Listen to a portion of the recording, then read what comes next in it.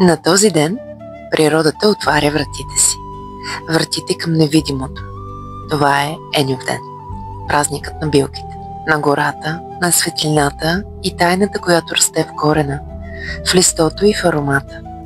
Слънцето изгрява по-особено днес.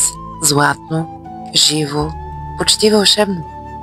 Билките са най-силни точно сега. Събрали се енергия от пролетта, напоени с звезден прах и утринна роса. Лайка за мир. Мента за яснота. Жълт кантарион за защита.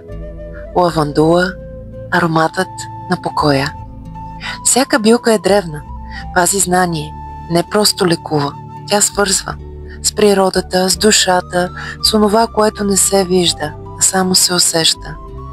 Някога са ги сушили и закачали край вратите. Днес ги превръщаме в масла, капки, които носят същата магия.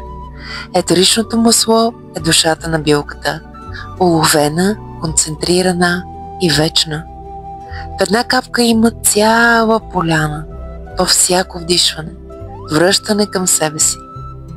Ароматерапията не е мода, тя е древна връзка между човека и гората, между ритуала и усещането. Днес е Еньовден, гората ни говори. Ако се спреш, ако вдишаш дълбоко, ще я чуеш. Тихо шепнешком. Вземи, почувствай, помни. Честит Еньовден и нека всички билки ни закрилят. Сега и завинаги.